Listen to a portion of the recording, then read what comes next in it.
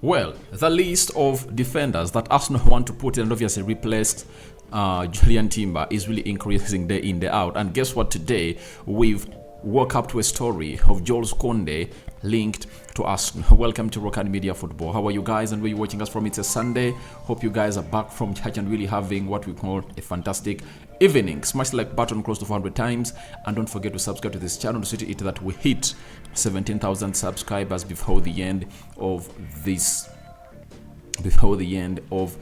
month of August. We are also talking about Gabriel Magalhaes called again for the Brazil national team. Some good news, and the caretaker manager of Brazil has gone ahead to throw in some words that have gone ahead obviously show us why he's gone ahead to bring him on alongside his fellow Brazilian known as Gabriel Martinelli. And lastly, we are going to discuss something concerning Zinchenko and how he's powered to obviously show up as Arsenal plays Crystal Palace. That is tomorrow at the Selhurst Park. Now, let's start it off with today in history. And today in history, this man signed for Arsenal in 2021. And on the 20th of August 2021, Arsenal announced the double signing of midfielder Martin Odegaard from Real Madrid on a permanent deal, following his loan spell for around £30 million, and goalkeeper Aaron Ramsdale from Sheffield for an initial fee of £24 million, raising to £30 million. So, Aaron Ramsdale signed for Arsenal today, and is a boy that Arsene Wenger really wanted to sign when he was still a teenager at the age of 16 before he crossed from the Norwegian side to go to Real Madrid. And Martin Odegaard was really enticing, and Arsene Wenger tried to convince him, but he couldn't. But obviously, he arrived home after a loan spell of from January 2021 to June 2021, and then he returned 2 months later.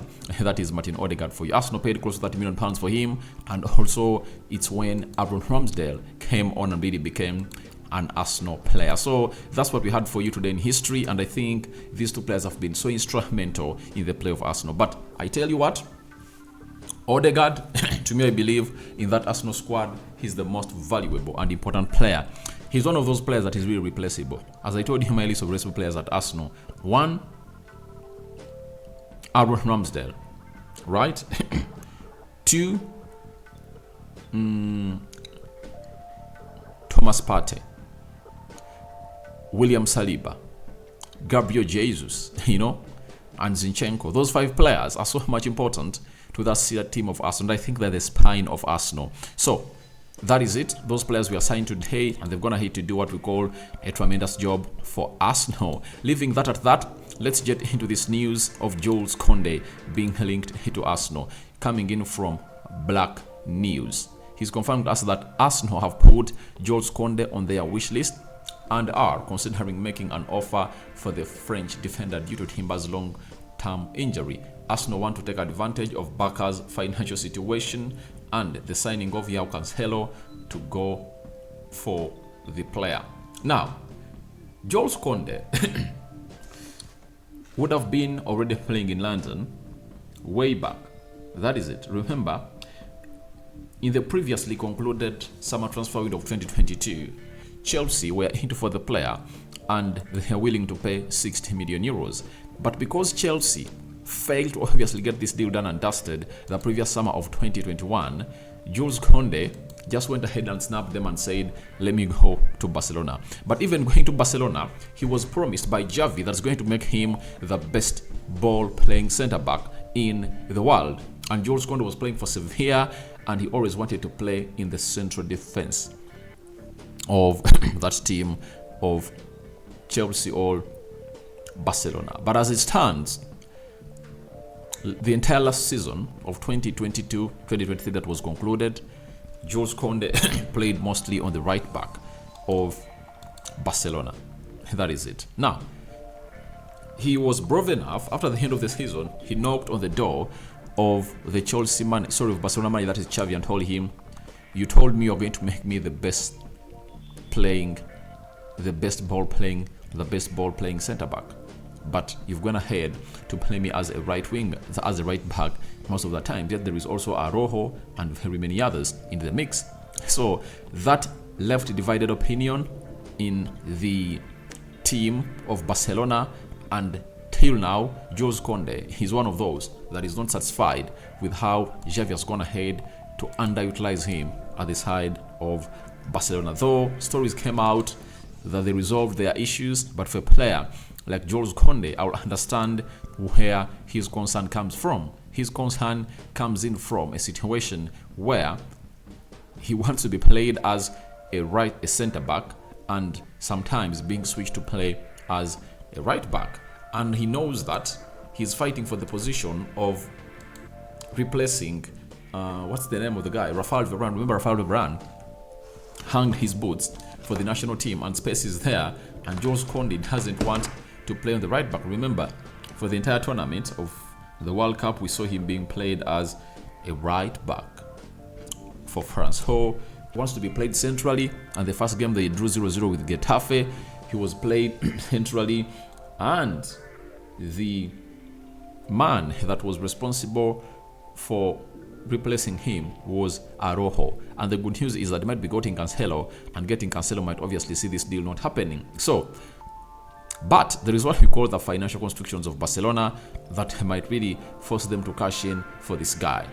And I think Arsenal is very vibrant. And if I know they get in Jules Kounde, he's one that I told you, like Pavard, that he obviously suits the caliber of he obviously suits the caliber of Julian Timber. He can play as a right-sided centre back, he can play as a right back, he can play as a left back too.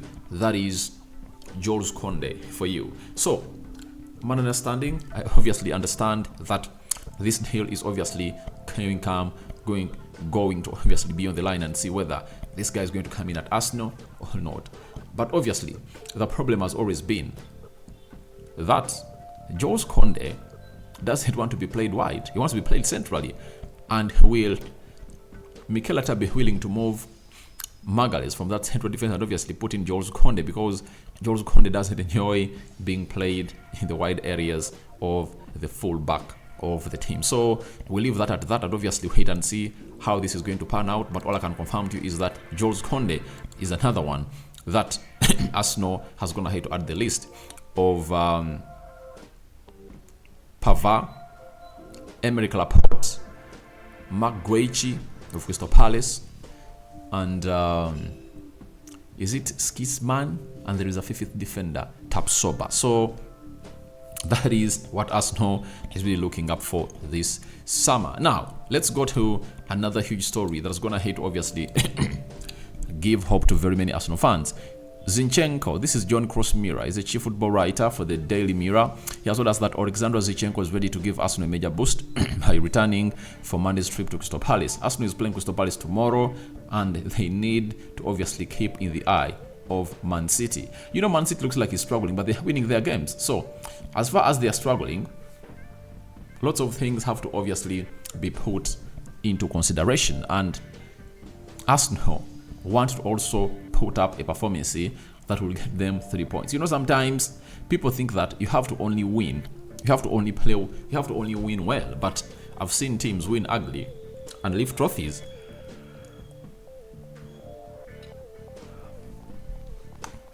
And for the sake of Arsenal, they're really having a very, very, very huge season ahead of them. Having spent £210 million so far, they're willing to spend more. Arsenal have gone ahead to put in one of the best performances that saw them finish second last season, and this season they're going for the trophy, and very many people tipped them to win this trophy. So tipping them to win the trophy is something else, and they've gone ahead to really miss out on Julian Timber. But the good news is that however Julian Timber is out for some good months, 7 or 6, Zinchenko, who played as a left inverted fullback or left back for Arsenal, is back and is ready to put in the shift of Arsenal. So as it stands, it's all about Zinchenko confirming that he is going to be available. Now we wait to see whether the manager is going to go in for Tomiyasu as a left back or KNTN ahead of Zinchenko. But with Arteta and how he wants to play, I see Zinchenko starting. That's why in that game, when I was doing the preview yesterday, I told you that Zinchenko to start, because I see Zinchenko starting in this game 100%. That is it, coming in from Arsenal. Zinchenko, huge boost. Now, after the Zinchenko huge boost, Gabriel Magalhaes had some good news towards the end of this week, as Brazil caretaker manager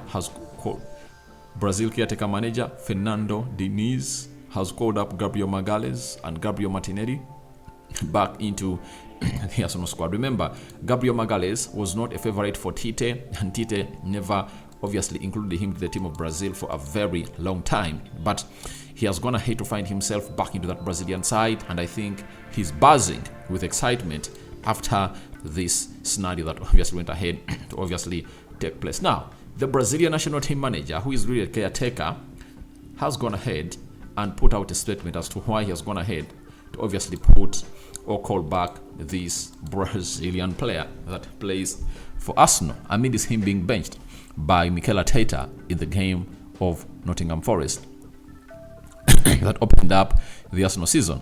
He said Gabriel Magalhaes played 38 games as the starter for the team that almost won the title in the most difficult league in the world. He should always be in the squad. He was selected by his own merit. So that means they've been appreciative, especially in the Brazilian side, on the job that Gabriel Magalhaes is doing at the Arsenal side, and there is still room for improvement for Gabriel Magalhaes in one of his shortcomings when it comes to him playing as a central defender, especially on the left side of the central defense. He's not a very good ball player.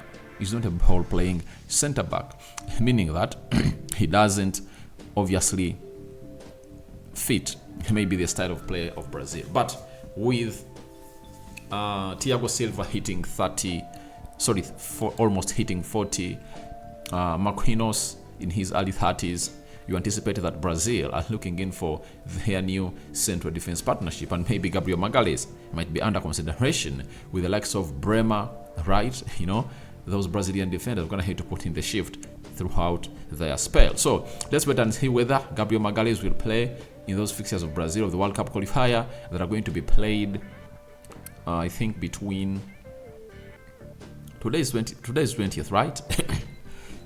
So between, I think, 4th September and the 15th, 4th and the 13th, 12th of September. Let's wait and see whether he's going to be really included into that team to start, because he has already been selected amongst the squad that's going to play for Brazil. So guys, your thoughts on Arsenal, interested in Jules Kounde, are welcome in the comment section below. What do you make about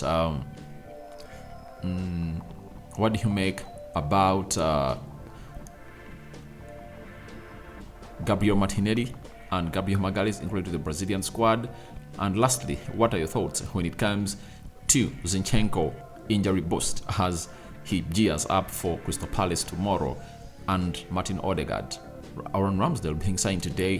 What is your biggest memory ever since Arsenal went ahead to sign these players in 2021 today? So guys, I cover you all in the precious blood of Jesus Christ. May the living to God bless you abundantly. Rokani David remains my name. I sign out for now. See you later, and I cover you all in the precious blood of Jesus Christ. May the living to God bless you abundantly.